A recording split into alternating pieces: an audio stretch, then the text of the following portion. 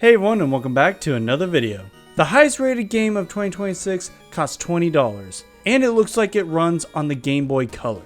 Mina the Hollower has just released to critical acclaim, with people all over praising the game's tight controls and beautiful pixel art style. It's essentially a classic Zelda-style adventure mixed with elements of Castlevania, and the result is something truly special. The game was developed by Yacht Club Games, the same studio behind Shovel Knight. They've been working on Mina the Hollower for roughly 6 years now, and some reports have suggested that this was a make or break project for the studio.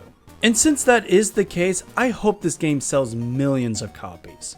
Thankfully, it's off to a great start, selling over 300,000 copies within its first few days. It's well deserved because Mina the Hollower is easily one of the best games I've played this year. Even Metacritic seems to agree. At the time of this recording, Mina the Hollower sits at the very top for the games released in 2026. Now, Metacritic isn't everything, but it does show just how much this game has resonated with both critics and players, even outperforming several major AAA releases. And that's what I really want to talk about today. Indie games aren't just growing in numbers, they're growing in popularity. Some of the most passionate developers in the industry are working in the indie space. And honestly, they have to be. When you're part of a small team chasing a big dream, you need an incredible amount of creativity, determination, and passion to bring that vision to life. Mina the Hollower is one of those games where you can feel the love and care poured into every single pixel. And the music? Don't even get me started. On the surface, Mina the Hollower doesn't look like your typical Game of the Year contender. It doesn't have cutting-edge graphics or a massive marketing budget, but what it does have is exceptional gameplay, and it proves once again that great game design will always outlast flashy visuals. But to be clear, Mina the Hollower looks so good. I love this Game Boy Color art style. I love games like Mina the Hollower and Hollow Knight Silksong because they demonstrate just how much a small development team can contribute to this industry.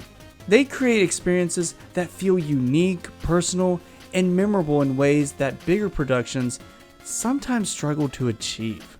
Unfortunately, there are so many indie gems that are just overlooked. I think that there is still a belief out there that indie games are not worth checking out. Maybe I'm reading too much into it. I've always found indie games to be some of the most exciting and intriguing releases because you never quite know what you're gonna get. It could be bad, it could be okay, or it could be one of the best games you've ever played. AAA games, on the other hand, often come with higher expectations and a much higher price tag. You're usually spending around $70, and while many of those games can be fantastic, there's always a risk that it won't live up to the expectations.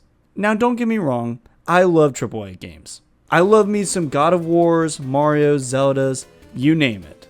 But there is something electric about finally getting your hands on an indie game you've been following for years and discovering that it actually lives up to the hype. Price is also a huge factor. Spending $60 to $70 on a single game isn't something most people can do every month, especially with so many releases competing for your wallet. Meanwhile, most indie games fall somewhere between $15 and $30. For some of these games, I'd be willing to pay $60 because the quality is just that good. One of the reasons indie developers mark their games at these prices is because it makes purchasing them that much easier. It's so much easier to justify a $20 game rather than a $70 game. You can get like 3 indie games for the price of one AAA game. That's crazy to think about, especially nowadays when everything is so expensive.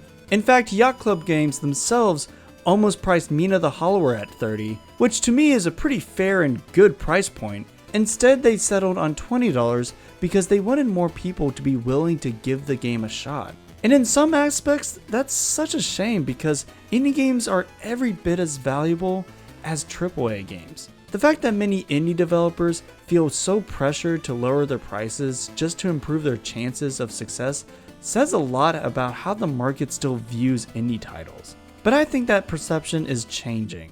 Indie games are only going to become more popular, and honestly, AAA studios have a lot they can learn from them.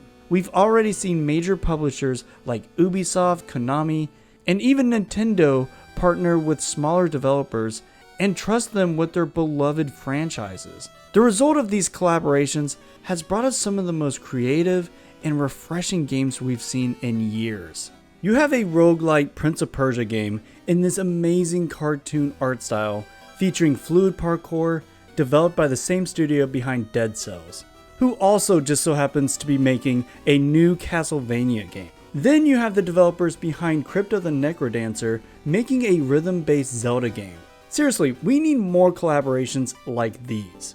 Overall, I am just so excited for the future of indie games, and I'm really happy that Mina the Hollower is as good as it is, while also getting the recognition and praises it deserves. If you haven't liked this video, go ahead and hit that thumbs up, and consider subscribing for more indie game content like this. Thank you all for watching, and I'll see y'all next time.